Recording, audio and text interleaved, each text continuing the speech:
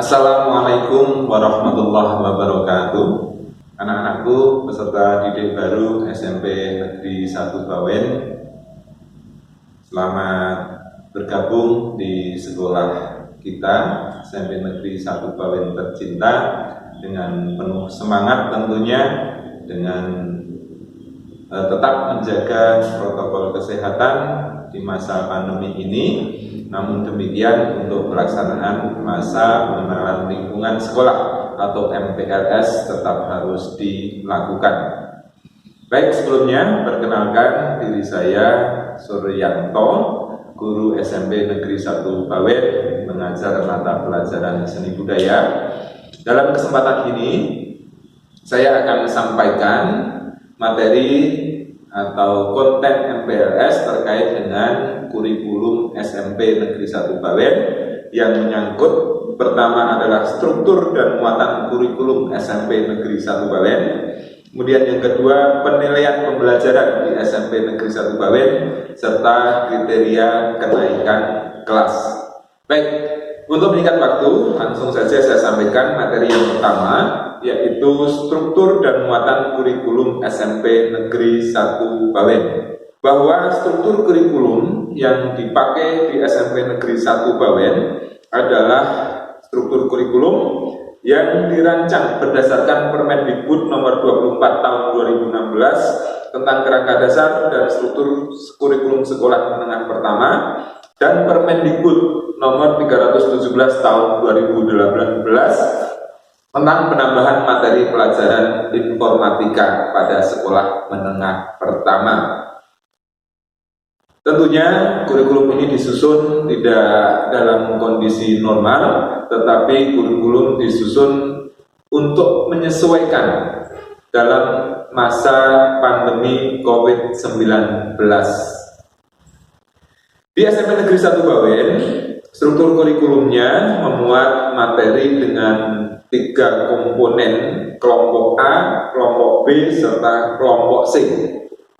Kelompok A memuat materi pelajaran pendidikan agama dan budi pekerti, kemudian pendidikan kewarganegaraan, bahasa Indonesia, bahasa Inggris, matematika, ilmu pengetahuan alam, ilmu pengetahuan sosial.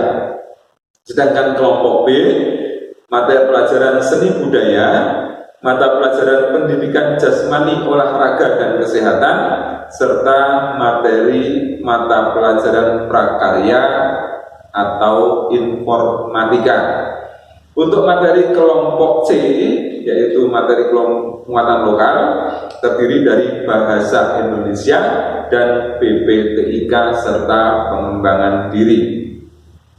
Untuk kontennya, materi ini diberikan dalam bentuk paket dengan jumlah jam pada setiap minggunya untuk kelas 7, 8, dan 9 dalam proporsi yang sama.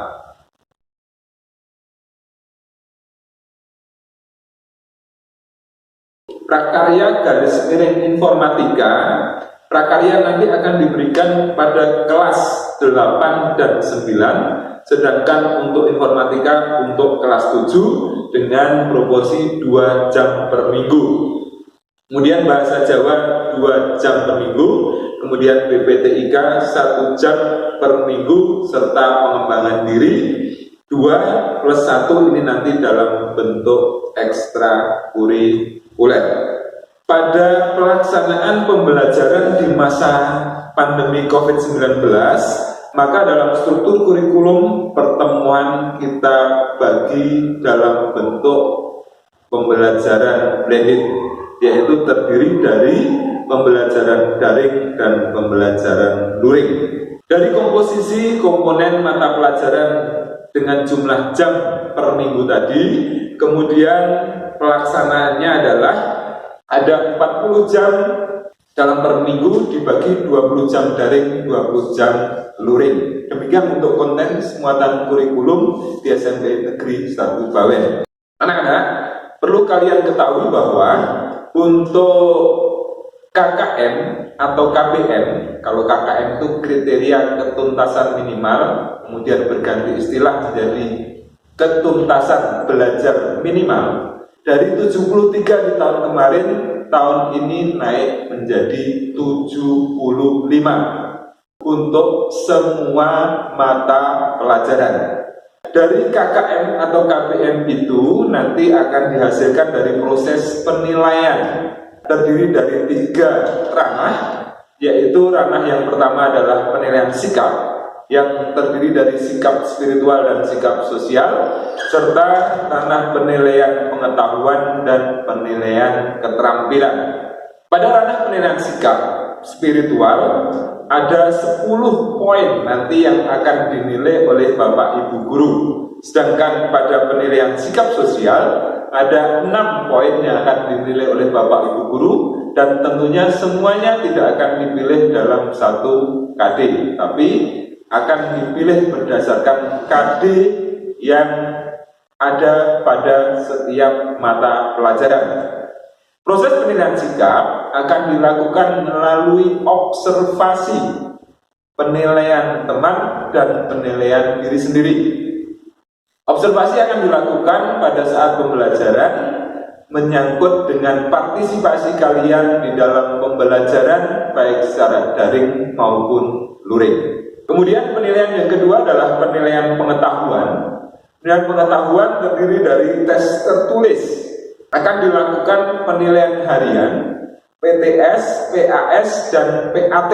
Dalam pembelajaran tahun yang lalu, penilaian-penilaian ini dilakukan secara online. Bapak Ibu Guru akan membuat PH atau penilaian harian, PTS atau penilaian tengah semester, PAS atau penilaian akhir semester melalui link Google Form.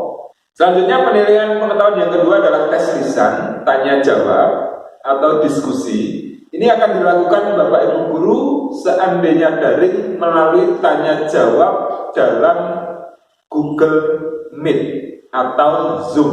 Sedangkan penugasan pada penilaian pengetahuan yang ketiga adalah penugasan dilakukan melalui kuis yang bisa melalui Google Form juga atau LK. Penilaian yang ketiga adalah penilaian keterampilan yang terdiri dari yang pertama adalah praktik atau produk, yaitu hasil karya yang dilengkapi dengan prosedur berkarya kalian. Kemudian yang kedua keterampilan melalui unjuk kerja.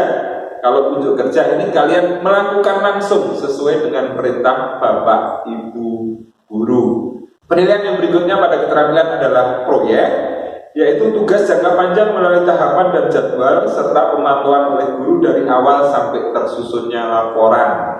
Sedangkan untuk penilaian keterampilan yang terakhir adalah portofolio, yaitu kumpulan hasil karya atau kumpulan nilai-nilai kalian selama proses pembelajaran selama 1 semester. Kemudian kita lanjutkan untuk kriteria kenaikan kelas. Dari hasil penilaian yang tadi sudah saya sampaikan di depan dan akan dilakukan oleh Bapak Ibu Guru sesuai dengan tahapannya masing-masing, pada akhirnya nanti kalian akan menerima raport. Raport diolah dari nilai-nilai kalian selama proses pembelajaran mulai dari semester 1 dan semester 2. Maka untuk menentukan kenaikan kelas, kemudian sekolah menyusun kriteria kenaikan kelas. Itu terdiri dari yang pertama, kenaikan kelas dilaksanakan pada setiap akhir tahun. Hasil belajar oleh pendidik digunakan untuk menentukan kenaikan kelas peserta didik. Dari hasil belajarmu sendiri yang menentukan. C. Peserta didik dinyatakan naik kelas apabila yang bersangkutan telah mencapai ketuntasan belajar minimal yang telah ditentukan pada setiap mata pelajaran dan memperoleh nilai sikap spiritual dan sosial minimal baik. Kemudian D. Ketuntasan kenaikan kelas didasarkan pada nilai raport semester ganjil dan genap. Yang berikutnya E. Peserta didik dinyatakan harus mengulang di kelas yang sama jika itu yang pertama, hasil belajar paling banyak 2 mata pelajaran pada rata-rata nilai kompetensi aspek pengetahuan dan keterampilan belum mencapai KKM. Kemudian Ketuntasan dihitung menggunakan rata-rata nilai aspek pengetahuan dan keterampilan semester 1 dan 2. 3. Penilaian sikap spiritual dan sosial mendapatkan nilai kurang baik. Yang berikutnya, tidak masuk tanpa keterangan lebih dari 20% hari sekolah selama 1 tahun dalam perhitungan minggu efektif kegiatan belajar mengajar setelah mendapat pembinaan dari sekolah. Demikian anak-anak. Untuk lebih lengkap nanti kalian bisa melihat di kalender akademik yang juga di situ tercantum minggu pembelajaran secara efektif dan juga jadwal-jadwal terkait dengan pelaksanaan pembelajaran. Barangkali itu yang bisa Pak Sur sampaikan. Atas perhatiannya terima kasih. Tetap semangat dan semangat, jaga kesehatan, jaga prokes, tidak usah keluar rumah jika tidak begitu penting. Demikian saya akhiri. Assalamualaikum warahmatullahi wabarakatuh.